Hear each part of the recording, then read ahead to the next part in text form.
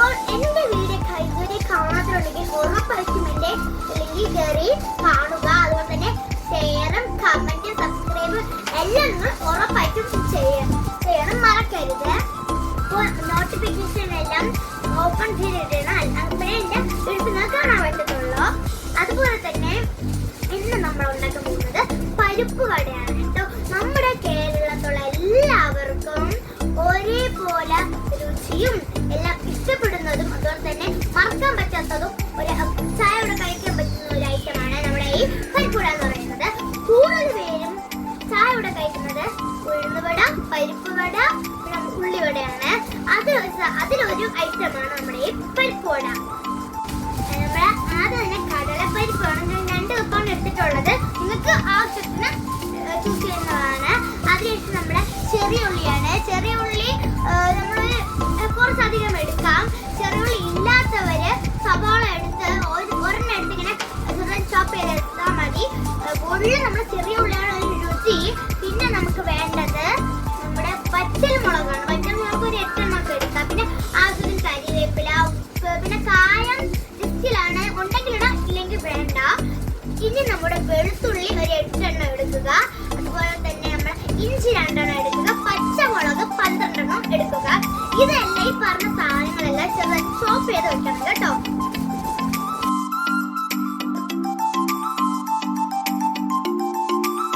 നമ്മൾ നേരത്തെ മാറ്റി വെച്ച പരിപ്പും അതുപോലെ നമ്മൾ അരിഞ്ഞു വെച്ച സാധനങ്ങളാണിത്.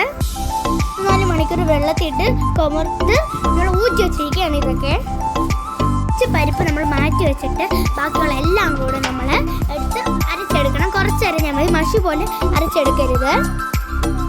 ഈ കാണുന്ന പോലെ അധികം അരയ്ക്കാതെ നമ്മൾ ഇത്ര അരച്ചെടുത്താൽ മതി. അതിനുശേഷം നമ്മൾ നേരത്തെ മാറ്റി വെച്ചിരുന്ന കുറച്ച് പരിപ്പില്ലേ അതും കൂടെ ഇതിനകത്തോട് തട്ടി കൊടുക്കുക. ആവശ്യത്തിന് ഉപ്പും 1/4 ടീസ്പൂൺ കായോ നമ്മൾ ഇതിൻ്റെ കൂടെ ചേർത്ത് കൊടുക്കുക. ആദ്യം ഈ വീഡിയോ കാണുന്ന പോലെ കുറച്ച് മാവ് എടുക്കും, ബോൾ പോലെ ഉണ്ടയാക്കുക. ഇത് നമ്മുടെ മറ്റേ കയ്യിൽ വയ്ക്കുക. എന്നിട്ട് കുറച്ചൊന്ന് പ്രസ് ചെയ്യുക.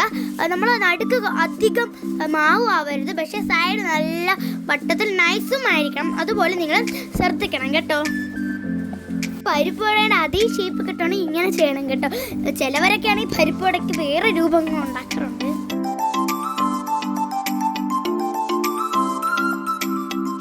നമ്മളത് മൊരിച്ചെടുക്കാൻ വേണ്ടി നമ്മൾ അപ്പച്ചട്ടിയാണ് വെച്ചിട്ടുള്ളത്. നിങ്ങൾ ഏതാണോ എടുക്കുന്നത് അതായാലും മതി. പിന്നെ നമ്മൾ സൺഫ്ലവർ ഓയിലാണ് ഇതിന് ഉപയോഗിച്ചിട്ടുള്ളത്. നിങ്ങൾക്ക് സൺഫ്ലവർ ഓയിലാണ് ഏറ്റവും നല്ലതും നല്ല രുചി കിട്ടാനും സഹായിക്കും.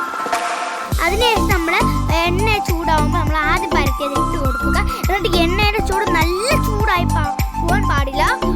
മാക്സിമം ഒരു മീഡിയം ഇത്ര മതി. നല്ല തിളച്ച എണ്ണയിലാണ് ഇടുന്നതെങ്കിൽ അകം ഒന്നും വേവാൻ നല്ല കരിഞ്ഞു പോകാൻ സാധ്യതയുണ്ട്.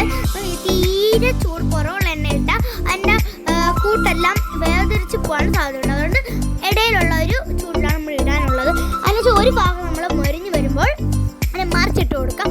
2 ഭാഗം ഒരേപോലെ മൊരിഞ്ഞ് വരുമ്പോൾ നമ്മൾ എടുത്ത് മാറ്റും. അങ്ങനെ നമ്മൾ മാവ് മുഴുവൻ ഇതേപോലെ ഷേപ്പാക്കി നമ്മൾ ഇങ്ങനെ മൊരിച്ചെടുക്കാവുന്നതാണ്. അപ്പോൾ തന്നെ നമ്മൾ ടേസ്റ്റി ആയിട്ടുള്ളത് കിട്ടും. ഈ എണ്ണയിലോട്ട് ഇട്ടതിന് ശേഷം കുറച്ച് കഴിയുമ്പോഴും അത് തന്നെ നമ്മളിത് എടുക്കും മുമ്പേയും കുറച്ച് മണം അങ്ങ് അടിക്കും. നല്ല അടിപൊളി മണമാണ് കേട്ടോ. അത് നിങ്ങൾ ശ്രദ്ധിച്ചൊക്കെ ഉണ്ടാക്കുമ്പോൾ അതിന് ഇത് എല്ലാവരും ഒന്ന് ഉണ്ടാക്കി നോക്കുകയാണെങ്കിൽ നല്ല രുചിയായിരിക്കും. എന്നാൽ കഴിച്ചപ്പോൾ നല്ല രുചിയായിട്ടുണ്ടായിരുന്നു. പിന്നെ ചൂടോടെ കഴിക്കുകയാണെങ്കിൽ കുറച്ചുകൂടി ടേസ്റ്റ് ആയിരിക്കും. തണുത്ത് പോയാൽ അത് നല്ല കട്ടിയായിട്ട് തോന്നും കേട്ടോ. തേയിലയുടെ കൂടെയും ചായയുടെ കൂടെയും കോഫിയുടെ കൂടെ എല്ലാത്തിൻ്റെ കൂടെ കഴിക്കാൻ വേണം. അതുപോലെ തന്നെ വളരെ വളരെ വളരെ ടേസ്റ്റിയുമാണ് കേട്ടോ. നമ്മളിന് എണ്ണയിലിട്ട് എടുക്കുമ്പോൾ കുറച്ചൊക്കെ പീസ് ഇളകി പോകുന്നുണ്ട്. നിങ്ങൾ സൂക്ഷിച്ചെടുത്താൽ ഇതൊന്നും പറ്റാതെ നിങ്ങൾക്ക് അടിപൊളിയായിട്ട് നല്ല ഷേപ്പിലുള്ള നല്ല രുചികരമായിട്ടുള്ള നമ്മുടെ പരിപ്പുവട റെഡിയാവും. ഇതേപോലെ നമുക്ക് എല്ലാം റെഡി ആയിട്ടുണ്ട് കേട്ടോ. നമ്മൾ കഴിക്കട്ടെ. നിങ്ങൾ ഇതേപോലെ ഉണ്ടാക്കി ട്രൈ ചെയ്ത് നോക്കാം.